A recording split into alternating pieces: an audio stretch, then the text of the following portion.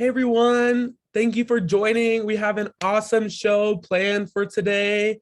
We are going to be having State Representative Jasmine Crockett from House District 100 right here in Dallas to let us know about all the updates taking place right now with redistricting, the maps that passed at the Texas legislature, and everything happening overall. Put in the chat your name, your pronouns, and where you are in Dallas, and let us know where you're at.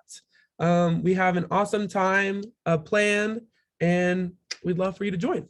So, and invite your friends. We're about to start, but send the message anywhere. Let them know to quickly jump on the call, and we'll see everyone soon. I see Clayton coming from Lampasas. Hey, Clayton. Kat, do you have something you'd like to say?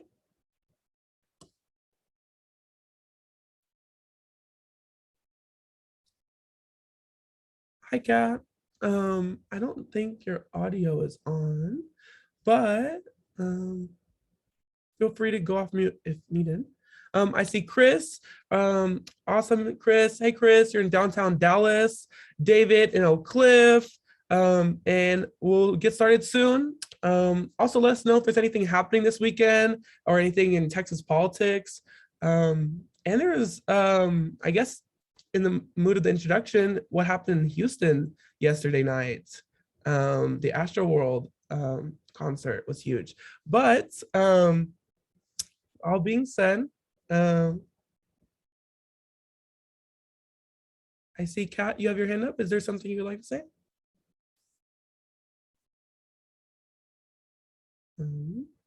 Hearing none at the moment, and feel free to message in the chat. We're gonna get started. And so thanks everyone for joining. And yes. Awesome. I would like to introduce my friend and representative right here in Dallas, Jasmine Crockett. Hey, Jasmine. I was trying to get off mute. Hey, Kevin. Hey, everyone. I'm really excited for this conversation. Number one, because it's taking place at home. I am not in Austin. That makes me so happy. And in addition to that, it's just really important that we understand where things have gone off the rails and what all we can do to maybe not lose all hope when it comes to our elected officials in the state of Texas. So as many of you may know, and some of you may not know, I am State Representative Jasmine Crockett, and I am, as Kevin has stated, House District 100's representative. I would like to tell you the lines of my district, but they are forever changing, it feels like. So when I ran, we looked like a lioness. And so the feet of my lion existed more so in the West Dallas area. The heart of my district is South Dallas. And then I also covered areas around White Rock Lake, the Lake Highlands kind of area. I went north. I ended up getting Big and Little Forest Hills. I ended up getting over there off Ferguson Road on both sides. I ended up getting, or Garland Road. I also ended up getting Buckner Terrace area. So I went pretty far east, Pleasant Grove, Bonton, so many different areas, Cedar Crest, Oak Cliff, portions of it. And now I am going to look like a seahorse, and I don't really know what all I get. But we will get into that as we talk about redistricting. And as far as this session is concerned, it went off the rails, to say the least. It was definitely an interesting time to be a freshman, but I truly believe that everything happens for a reason. And I believe that it was really the time for me to be there. For those of you that did not follow my so exciting race, I only won by 90 votes.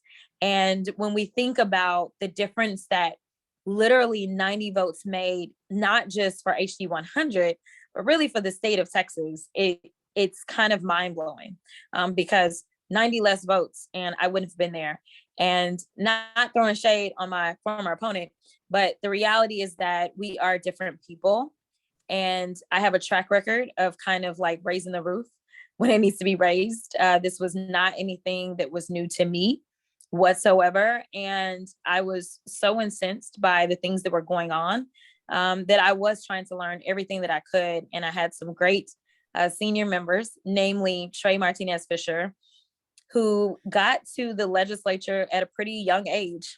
Trey actually ran for the ledge initially, went immediately upon graduating law school. And so, I'm asking him, what in the heck? Like, why do we have to sit here? These bills are bad. We're giving guns to everybody. We're attacking trans kids. We're deciding that cities won't have the ability to decide what they're going to do with law enforcement. Like everything was bad, right? We weren't expanding upon access to healthcare.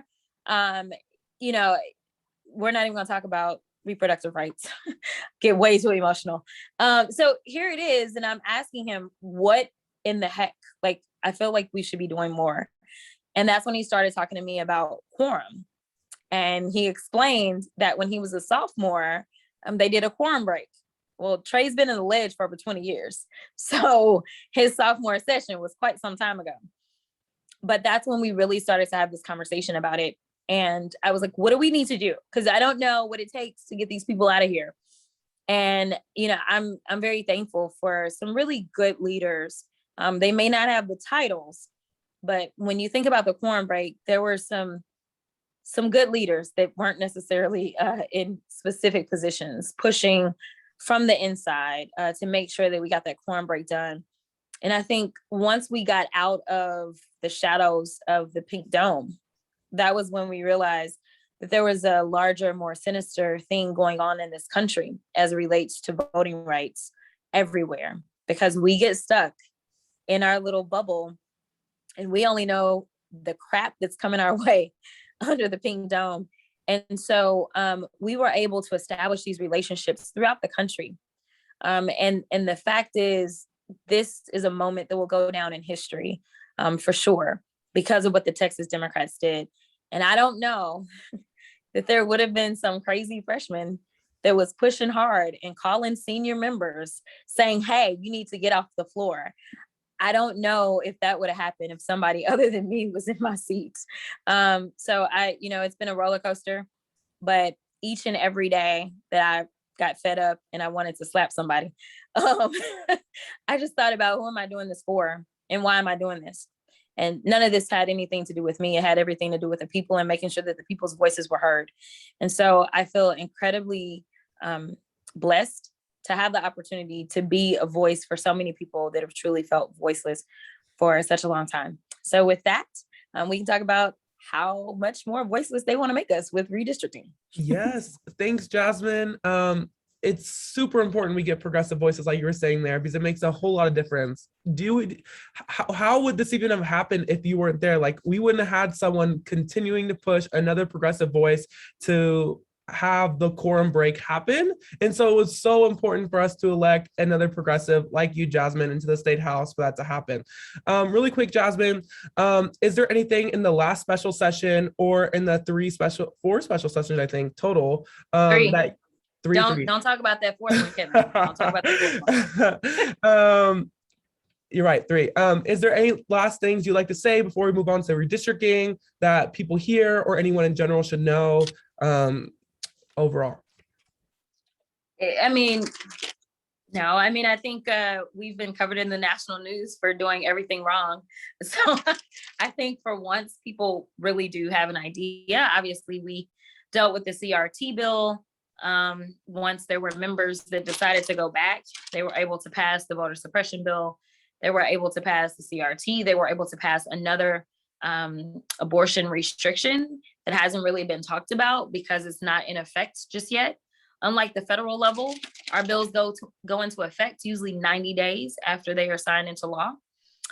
In addition to that, but besides the fact that we have the difference in timing, and there is a deal where we can make bills go into effect immediately, but they only go into effect immediately if they pass by a certain percentage, and the language has to be in the bill. So you usually have to have at least 2/3 of the House actually vote the bill up for it to go into effect immediately, and you usually have to put that language in the bill.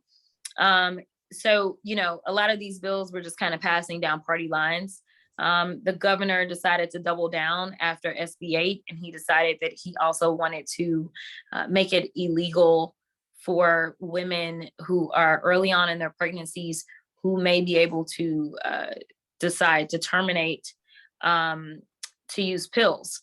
And so that is an option for so many women. They made it unlawful for those pills to be sent into our state for you to do anything with them and that kind of stuff. So we've got that issue that passed that really hasn't gotten too much attention because we've had so many other wonderful bills. As some of you may have realized, we had the CRT bill that also passed during one of the crazy specials, the special that I didn't come back for, number 2. And in that, people finally realized this is a bad bill overall. And so we saw the headlines about teaching the other side of the Holocaust, right? But that's how they wrote it. They're claiming that, you know, we don't know what happened. I'm like, no, you wrote it this way. It's just the target was Black people. And so you ended up with a quote unquote unintended consequence. But I think the plain language reading of the bill actually puts you there because they basically want to minimize the devastation of historical events, regardless. It doesn't say just the historical Black ones, even though that's what they meant, right? That's not the language of the bill. So we had that pass. We did not do anything else as relates to the grid. They did put more money into the border.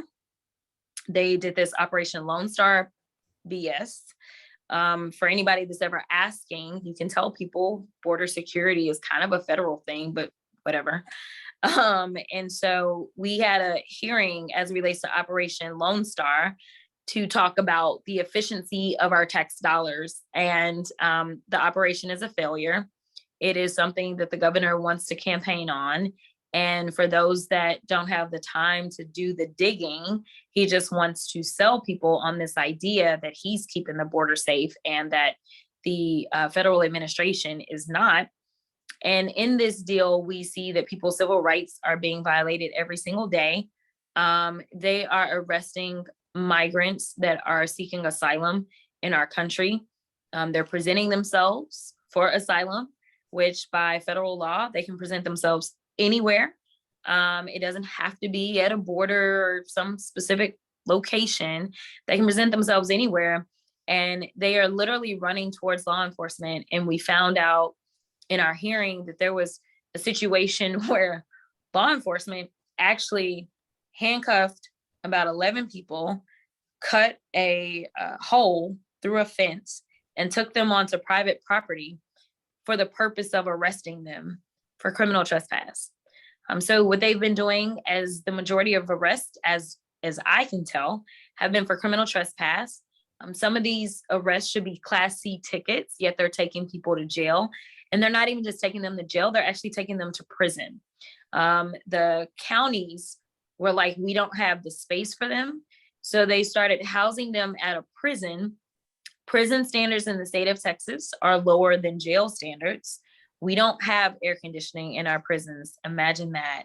So when people start talking about our prisons are nothing but like slave camps, that's why. Or that's one of the many reasons. And so they started putting people into prison, which even if you got convicted of criminal trespass on any level, whether it's a Class C ticket, a Class B, or a Class A criminal trespass, you would never go to prison. That's not a thing. We only send people that are convicted of felonies to prisons. So I had questions and I'm like, well, do you have AC? Because that's a thing. And they were like, oh, well, we've got temporary AC. I was like, what is temporary AC? I don't know what that is. So they're like, oh, we're spending $200,000 a month on generators, on gas for generators. I'm sorry, gas. $200,000 a month on gas for generators to provide AC into prison facilities. I'm like, that makes sense. And then when we talk to the district attorneys that are charged with, deciding whether or not to charge these people, they're like, yeah, we're dismissing about 90 to 95% of the cases. So people are coming over because they're seeking asylum Instead of seeking asylum, you've got law enforcement that's setting them up to be arrested. And then you're putting them into custody, wasting state money.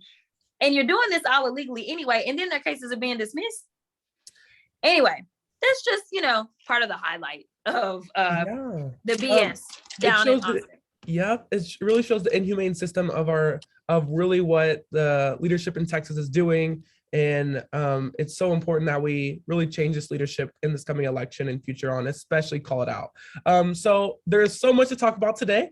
And so first, a representative, before we get into all the redistricting maps, and we can digest more later on lawsuits, but are there any lawsuits? I've seen the Mexican American Legislative Council or Committee do a lawsuit, I believe, in South Texas in different maps. Are there any lawsuits you can see coming future, or should we, is there that you would like to talk about? So what will most likely happen is everyone will interject into the Malk suit or some other suit. Especially since we are seeing the courts trying to consolidate. So even if you say, well, never mind, let me go file one over here, because I may end up with a more friendly panel or a more friendly court. They're consolidating them so that basically the same judges are hearing everything. So I do know that the Black Caucus most likely will end up interjecting into pending litigation, as well as I can see MALDEF, as well as NAACP, and most likely LULAC as well. I know LULAC's attorney is currently just got done with some surgical issues, but I imagine that all of the minority kind of historic organizations will be working together pretty much on the same side, and maybe fighting for maybe some specific different things, but overall we'll all be on the same side. And so there won't be probably separate lawsuits that they end up filing, but they'll most likely interject in some things that are already pending.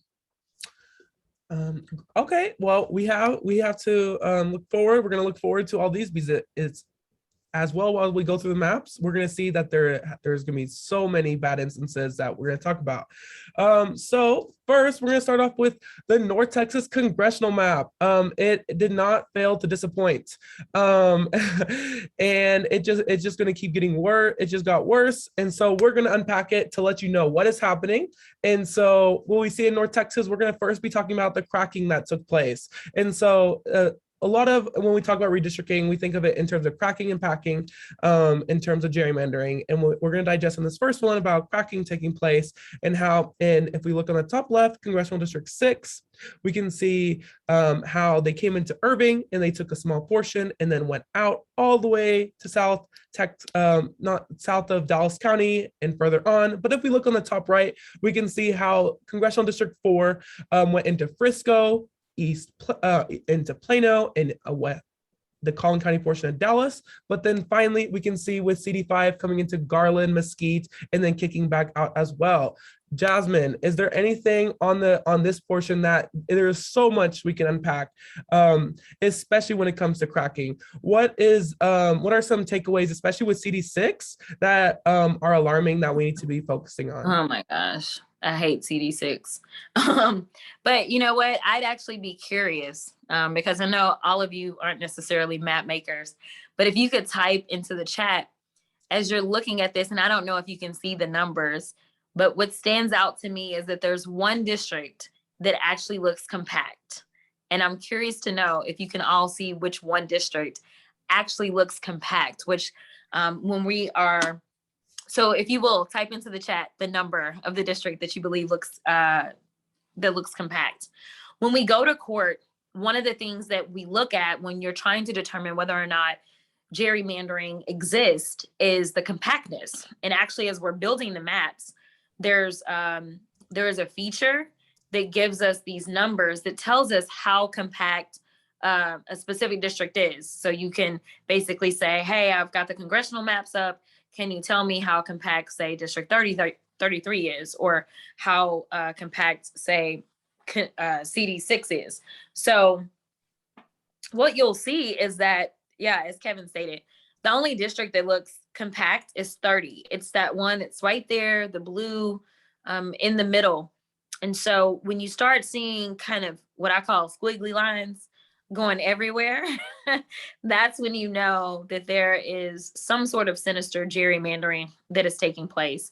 And so what was really frustrating about CD6 is CD6 is a seat that we probably should have picked up this election cycle.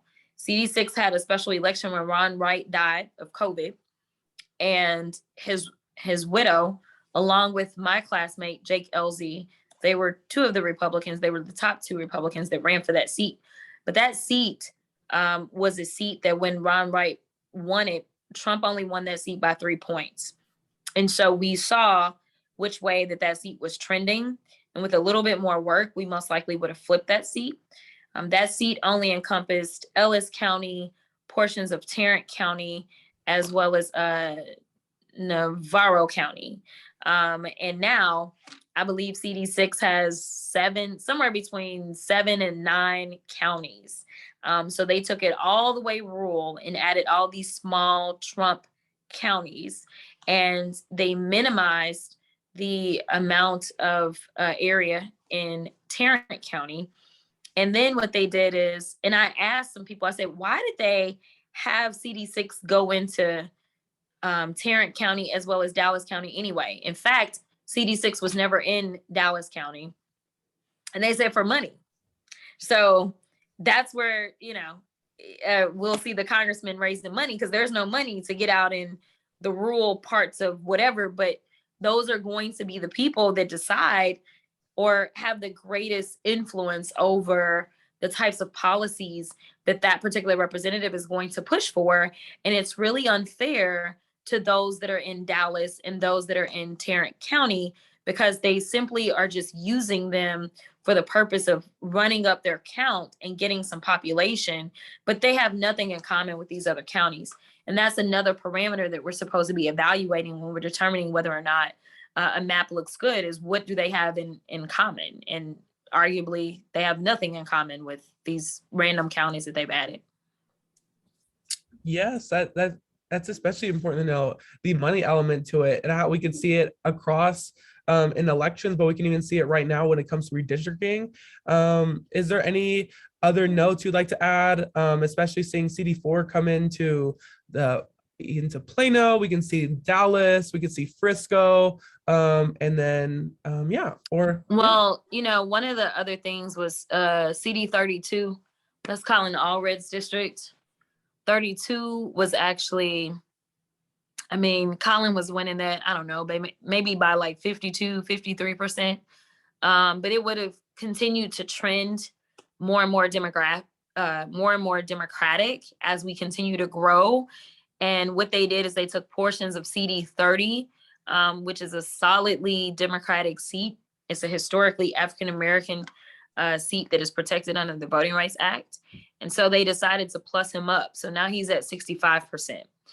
So that is a packed district that they did with CD32.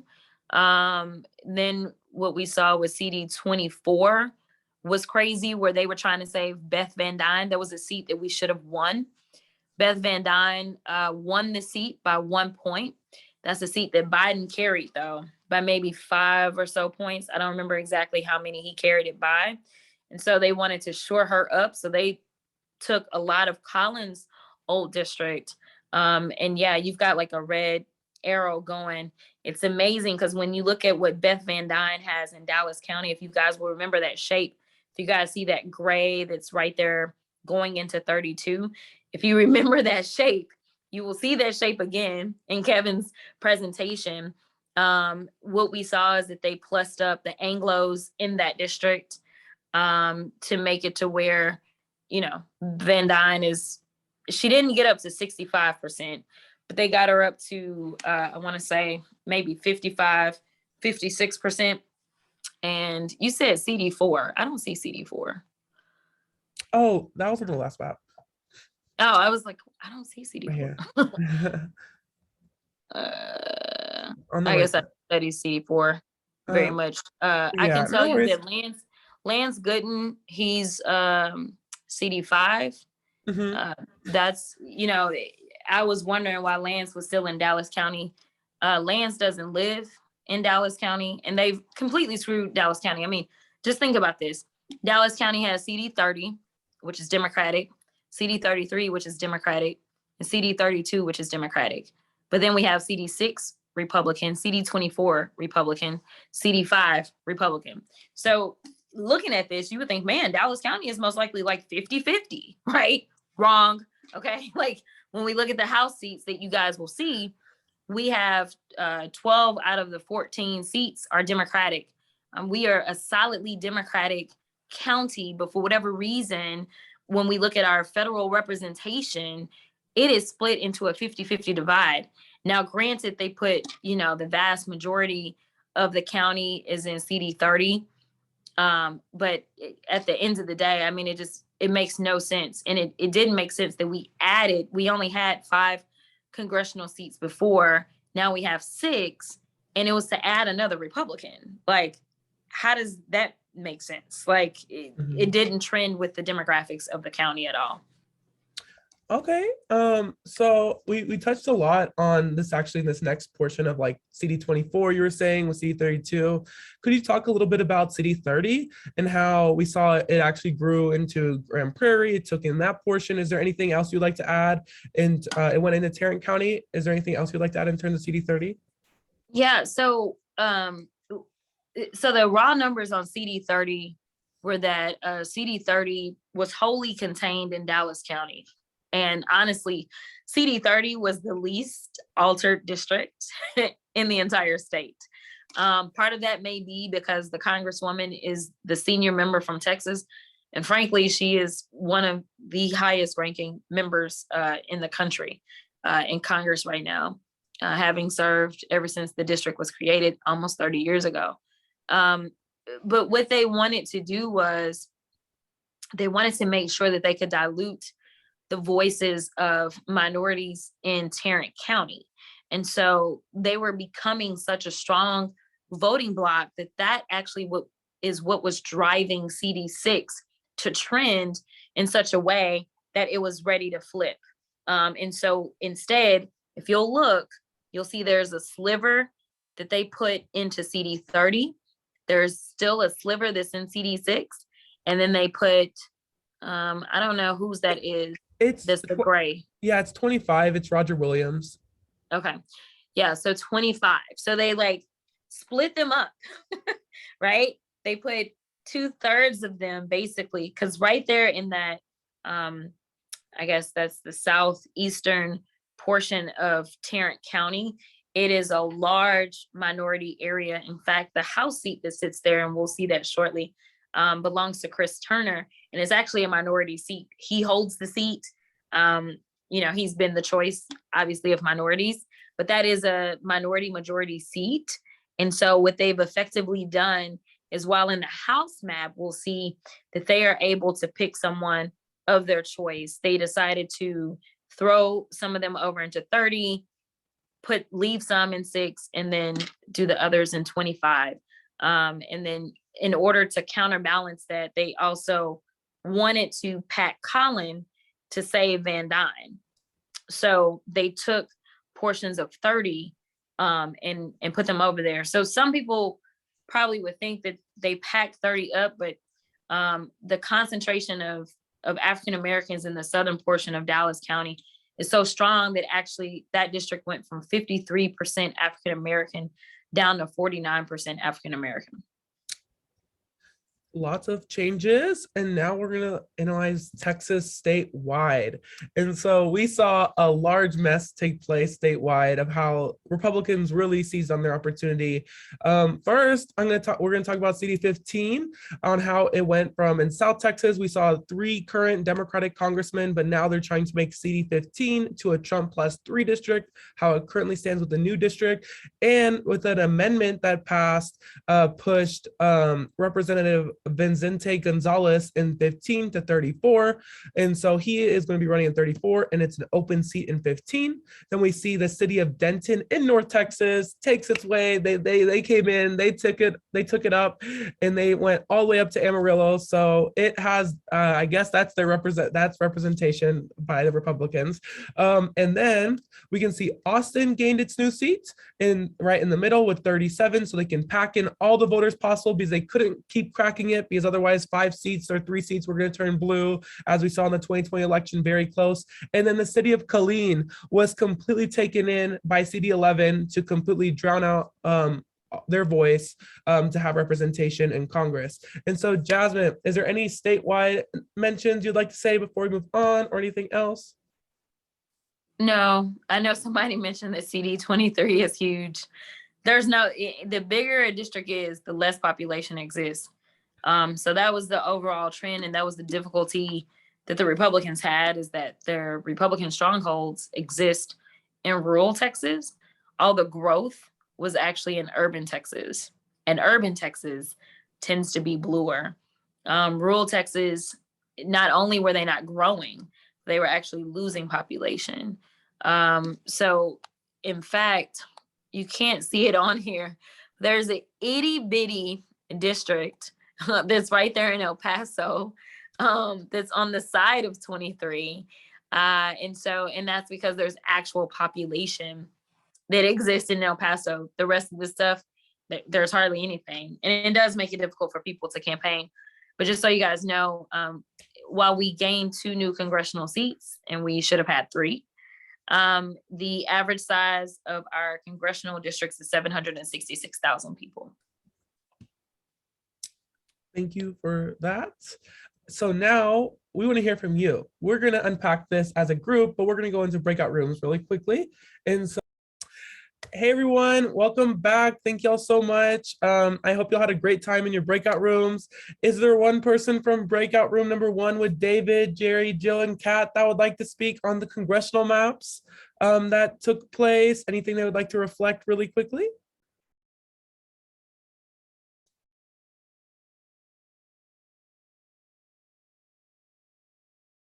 Oh, Jerry, you're on mute.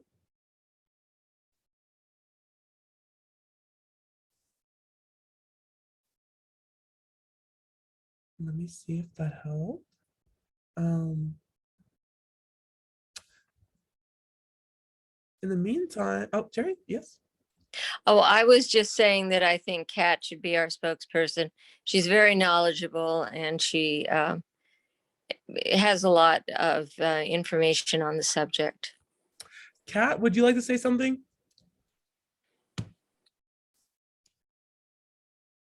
Oh, Kat, you're on mute. No worries. How about that? Is that better? Yes. Okay. Well, it's we're still finding out who goes with where. Looking at the maps, our revolution was great. Been talking to Clayton about the maps, getting them out, finding out. But I can tell you that some of the leadership in North Central Texas still don't know where they go. Still trying to figure out the maps, trying to figure out who they represent. I was talking with someone I thought was going to be a leader in our new Senate District 10, and talking about that, and then running for the various Senate District, state Senate District people. And it's still, well, I don't really know where I am. I don't really know where I fit. So that's a challenge right there for people to even know where they are.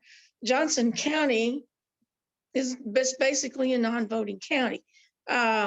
We can fix that. And I truly do believe we can fix that. And some of the ways that Johnson County has been fixed is, taking some slice out and putting it over in Ellis. But where they put that part of Ellis or Johnson County over into Ellis, I don't know what they were thinking, but that's a very strong, as I would say, people of color area, somewhat wealthy, and they vote.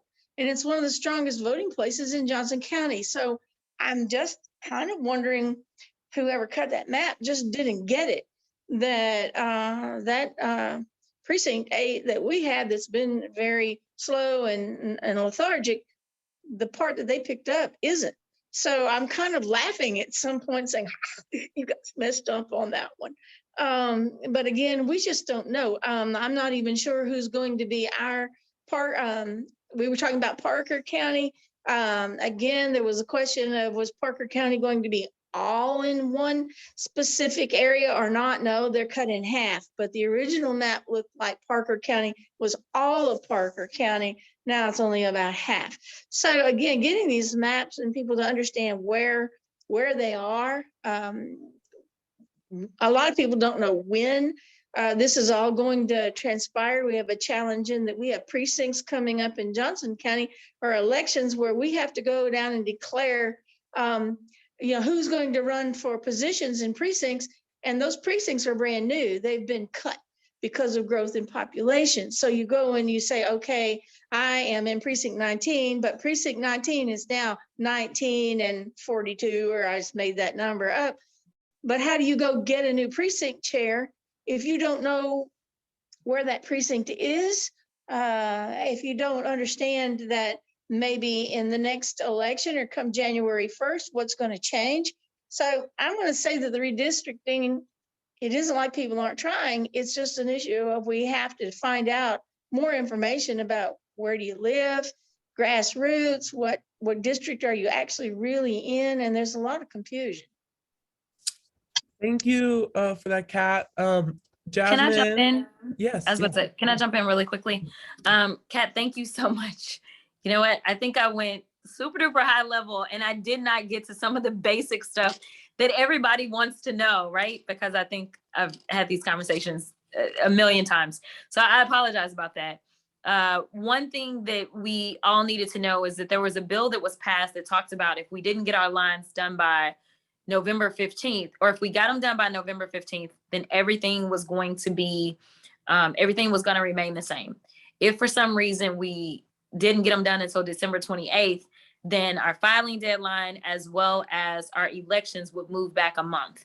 And then if we didn't get them done until sometime around February at the latest, then we would move back another month. So because we actually got everything done by November 15th, and this is really a different and challenging time. I want you guys to know that. It's more challenging than normal because obviously we had COVID. And so we ended up getting our census numbers even later. So number one, our first argument in court is that it was unlawful for us to draw the state lines in the first place. So state Senate, state House, those lines shouldn't have been redone by the House because under the Texas Constitution, it says that we can't do them until the next regular session, which would be the 2023 session.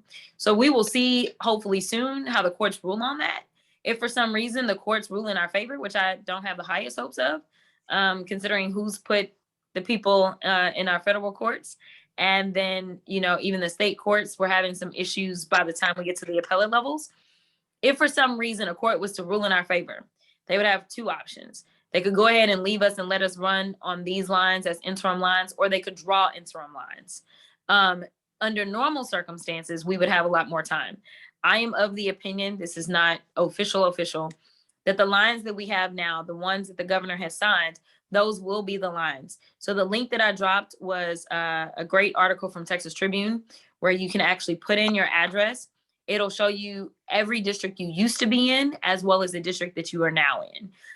That's Congressional, State Board of Education, Senate, as well as Texas House. So please, please, please let people know about that link so that they can start figuring out kind of where they are with the new lines, because I think we're going to be running on these lines. Do I think that these lines may end up changing for our next election cycle after this one? I do think that there's a chance of that, just depending on where we get as far as federal legislation, as well as potentially some of the rulings by the courts. But as of right now, I would say we're almost all good to go forward on what we have. And the best way to find out where that is, because I agree, I'm trying to figure out where my lines are as well. I have no idea. I got to figure that out. But the best thing that people can do is put their address into that article that's provided by Texas Tribune. And where is that article? I dropped it in the chat. Okay. Yeah, if you click that link, it's super duper cool. It's really informative because it doesn't just tell you your old districts. It tells you like the demographical makeup of it. Like, oh, Trump won this by, like it goes into a lot of that information for people so they can really learn. Okay. Awesome. Thanks for that, Jasmine. And so we're going to get right back to the show and really digest back into the state house, because obviously that's not the most important. That's not the most fun. But it's really quick on what Jasmine said, the website, if you put in your address, it will I guess y'all will know mine now. But if we do one, actually, we'll do that near the end, and that'll be a great time to do so, especially after when we learn about the maps. And so, I heard some other people talking about the State House. So we have tons of unique ways how this changed, especially for the upcoming election, knowing the elements of how the State House almost flipped in 2020, and the different ways how we can move as a movement forward, to retaking the House and working to elect progressive champions. And so when we're looking at HD 64 on the top left, it was originally just in Denton County, but now it's in Denton and Wise County, taking all of Denton into Wise County, diluting their vote. If we look at, as Representative Crockett was saying earlier, we have 101 below, but now there's a new HD 93. I don't know why I put 92 on in the bubble. It's either 92 or 93. It's the one right there.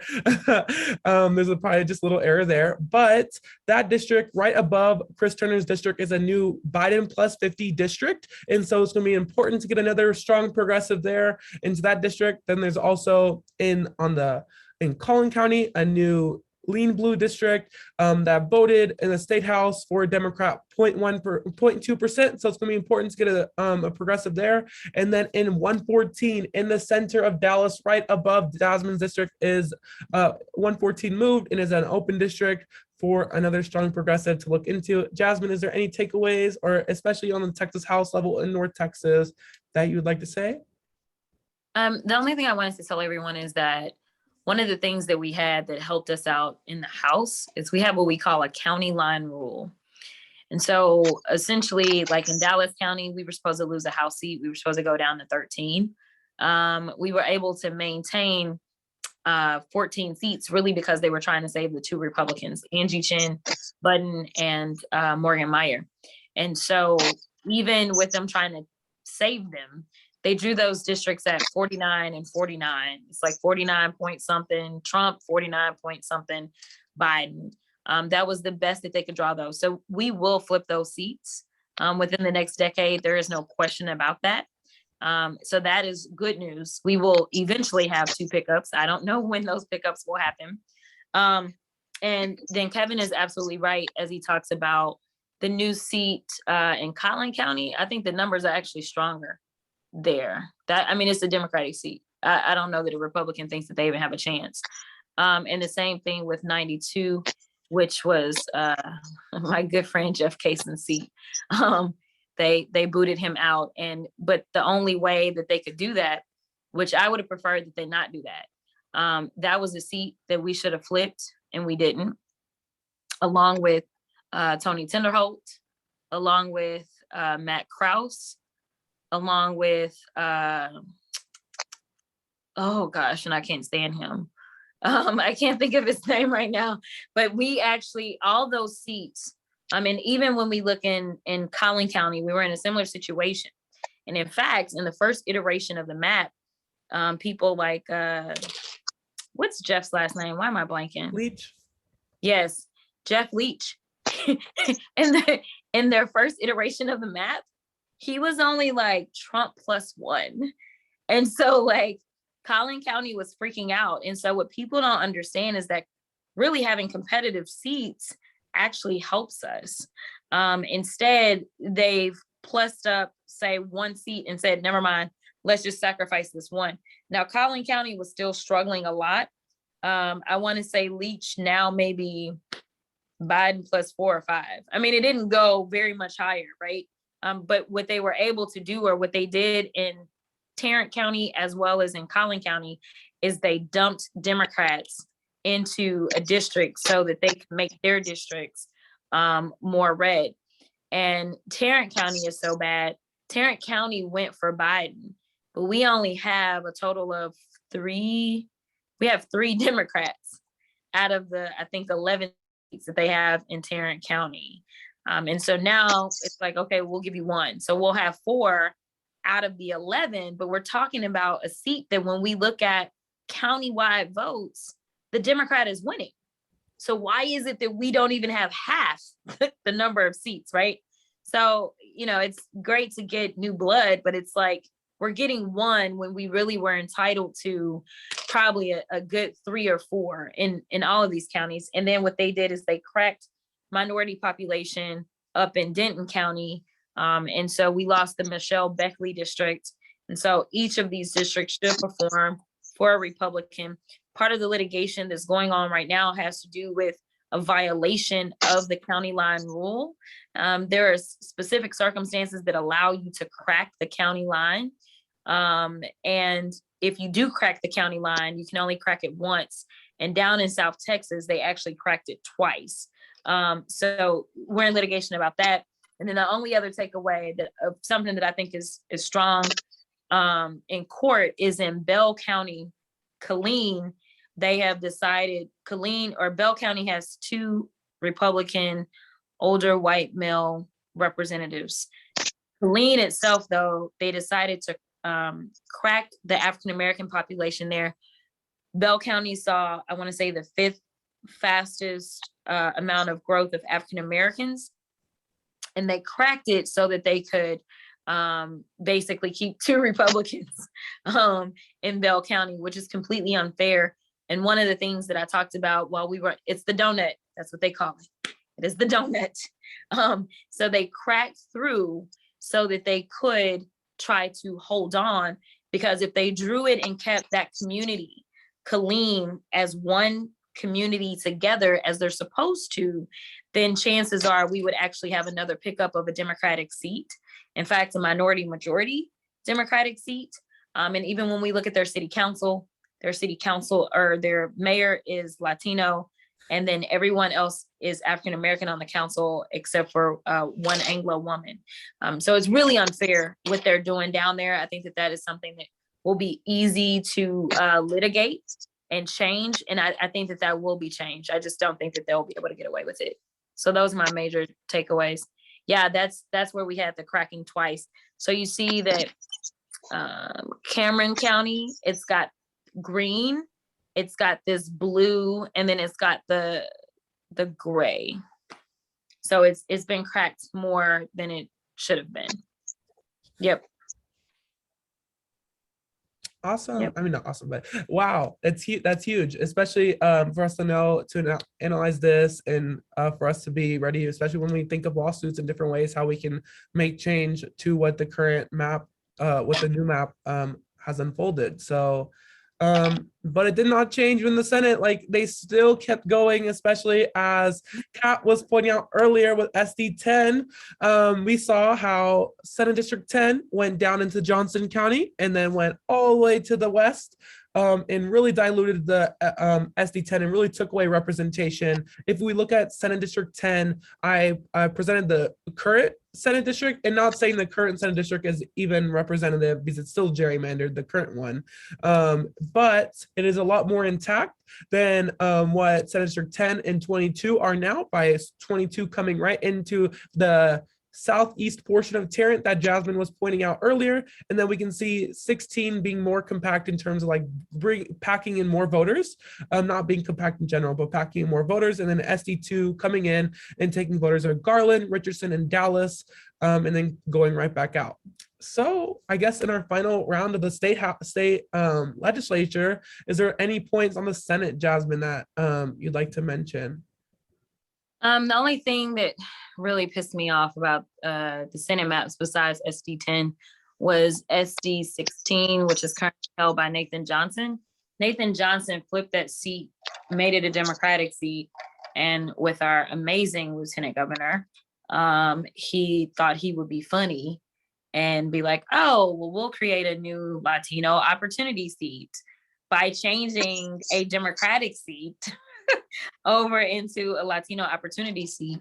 And really it was, he had personal issues with Senator Powell as well as Nathan Johnson.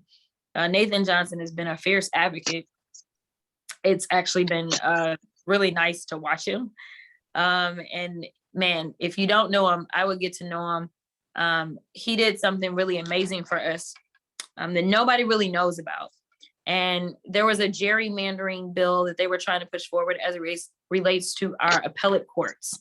And so basically, because when Beto came in 2018, there were a number of appellate courts that flipped because of all the work that he did.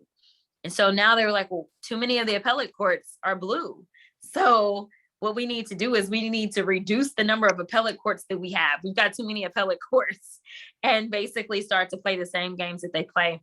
And Nathan Johnson single-handedly killed that bill in committee. I mean, he tore them to shreds.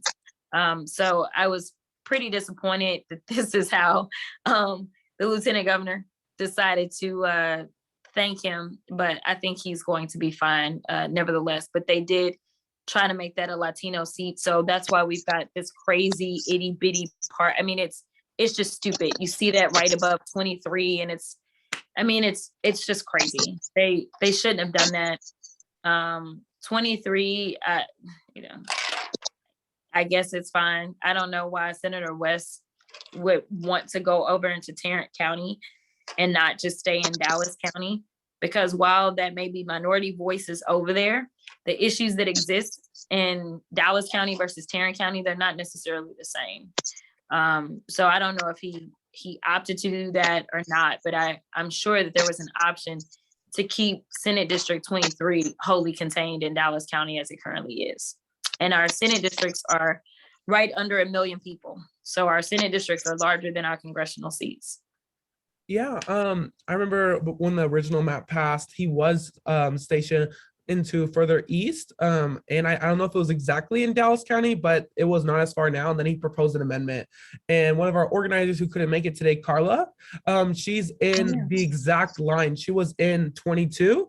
And then with the amendment became on the line of 23. Her neighborhood and Arlington got put into 23.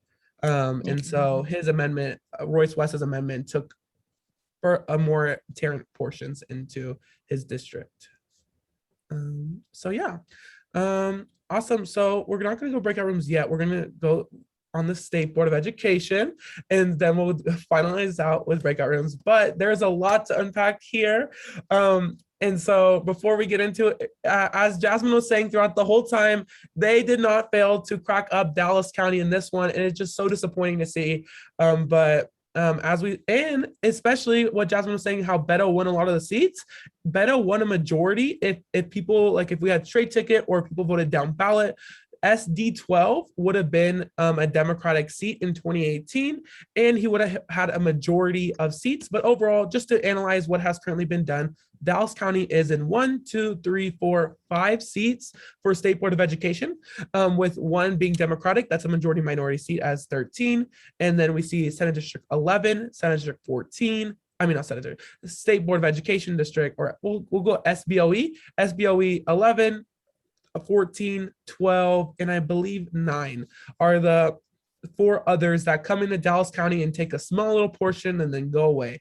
And so we could see how it's really just diluting the vote, and they're maximizing their power. They're seizing the power overall. And so, like I was saying with Beto, he would have won he won a majority in 2018, and they caught on. And so they are seizing power. And when we think of like critical race theory, when we think of the power of education, especially with, we could see nationally in Virginia, etc., they are going to be maximizing that, especially when it comes to curriculum, especially our textbooks, how it's coming through our most of our textbooks made in Texas get transported across the country. And so the State Board of Education has a huge play in terms of national education, impacting more of a generational level what children learn growing up. And so that's how the State Board of Education really is going to be playing a huge part, that they're able to seize now the power, especially coming from trends, etc., to really maximizing, I guess you could say, their power, especially when it comes to our curriculum that we're going to be taught in schools. Jasmine, anything else on SBOE you'd like to share? Someone said that SBOE number 13 looks powerful, and I must agree. Aisha Davis is a force to be reckoned with. She actually was the one that pushed forward with making sure that we had African-American history curriculum in our schools, which I don't know what that's going to look like now. But she was able to get that passed previously, and then but she's been a fierce advocate against the CRT, and so she's actually been down there to testify a number of times. And then because of her deep level of commitment to education and her understanding She has been that board member that will call me up and explain to me what I need to know before I cast my vote on various things, or at least make sure that I have talking points and I fully understand legislation. So I know that SBOE isn't probably the most glamorous position, and most people don't really get to know who those members are. Those districts are quite large. They usually don't raise the money to get around the districts because they actually are the largest voting districts that we have in the state. So they are all over 1 million in population. And so, if there's any questions though, I do encourage you to reach out, especially in light of the assaults of attack that we've had on education, whether it's mask or CRT, or even vaccinations now, right? It's important that we really understand where these members stand and see if we can get a good state board that's going to advocate for those things that make sense. Yes, especially that's huge. Well, is there any last things in terms of State Board of Education that we can look forward to, or State Senate or State House that you'd like to talk looking forward before we go into our last set of breakout rooms? No, I mean, the larger a district is, the easier it is to kind of dilute voices, right? So we don't have as many arguments when it comes to State Board of Education, even when it comes to Senate maps, because the state Senate maps, they don't have to follow along with the Constitution provision about breaking the county lines. So we see lots of cracks and breaks. And so the strongest arguments that we have as we go into litigation are going to be on our state house maps. And then after that, it's the congressional maps, just kind of depending on where we get on legislation. We really need pre-clearance, which is nothing more than Big Brother saying yes or no to what we did. It is really clear that Texas ignored the growth that existed in every single type of map. We know that 95% of the growth in the state of Texas was due to people of color. We also know that Texas is a majority minority state. And with that growth, we were able to get 2 new congressional seats. Yet those 2 new seats are 2 new Anglo seats. Anglos grew a total of 180,000 people in the last decade. And I already told you that congressional seats are 766,000. And so it was really unfair what they did to those voices. The Dallas delegation did argue that one of those new seats should have been created in the DFW area. And it should have been a seat that would be what we would consider a Latino minority opportunity seat. Now, just to be clear on what that looks like, Mark Vesey, who is in Congressional District 33, actually has a Latino minority opportunity seat. And so it's just about, them having whatever voice to pick whomever. Obviously, he's an African-American, but ever since that seat was created, he is the one that has been selected to represent that area. And so we really thought that there should have been another one created in our area. In fact, the chair of redistricting on the House side agreed with us and said we were going to do our own maps. It did not happen that way. And so instead of fixing Travis County like they should, Kevin touched on that, they just decided to apply a Band-Aid and go ahead and give them a voice by taking a voice away from us in North Texas. So that is going to be a huge part of the MALC litigation as well as MALDEF, because we know that of the almost 4 million people that grew the state of Texas, over 2 million were Latinos. And at this point in time, we have over 11 million Latinos in the state of Texas, and they are the largest ethnic group in the state of Texas. So we need to start having representation that actually is being chosen by the people that live here. And that's why we argue kind of on a smaller level about the dilution, because if you continue to crack and dilute, then that's where you end up with these districts that just don't look like who we are in the state of Texas. Thanks, Jasmine. So really last point I wanted to mention, and I saw, especially looking at the reports, when we look at House District 92, the new one, you were actually trying to the current representative was trying to change his district and you were supporting him. Could you explain the altercation that went down at the Texas House and how you try to seize the opportunity to help us in general or anything there? That was so funny. There were so many people that had no idea what was going on. So Jeff Kaysen was arguing. I don't even know what his proposed map looked like. It didn't even matter to me. What mattered is what he was saying. And the argument that the Republicans were making, the Republicans wanted to kick him out. And so they did. And so they were arguing that he was splitting communities of common interest. And they were using all these buzzwords that they act like they didn't know anything about, as we as Democrats were constantly like, hey, you're splitting this community of common interest. Or we talked about minority communities that were being split up and how their voices were being diluted. And they made those same allegations against him as he presented an amendment to save his district and basically make the Democratic seat the seat that Matt Krause has now vacated so that he can run for Attorney General. So they literally have a vacant Republican seat, and they would rather get a new Republican than have Kaysen. And so I got up there to make the point, and it was really for the purpose of the record. But the Republicans thought I was helping him, which actually I was helping us to make sure that the hypocrisy was being denoted on the record, and how the party in power did understand these concepts, and they agreed that these concepts should be preserved and not disturbed, but only if it was to their benefit. So I made sure that I laid that out for some future litigation. Well, thank you for that, Jasmine. We're seeing how we are right now. We don't have that many for a breakout room. If there's anyone who would like to give any feedback or have any questions for Jasmine, feel free to raise your hand or come off. Feel free to raise your hand just in case right now. And we can have like a quick 5-minute discussion to close everything happening. Does anyone have any takeaways or questions they would like to ask? And if none, no worries. Hearing none. First, I wanted to thank again Jasmine for coming on. Thank you, Jasmine. We appreciate you being a strong progressive voice in the legislature in Austin, representing our voices.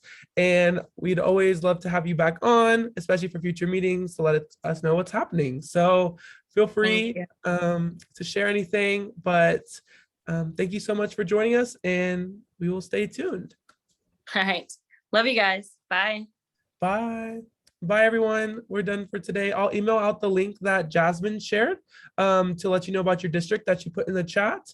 But other than that, that is pretty much it for this meeting. So I'm going to stop the recording now.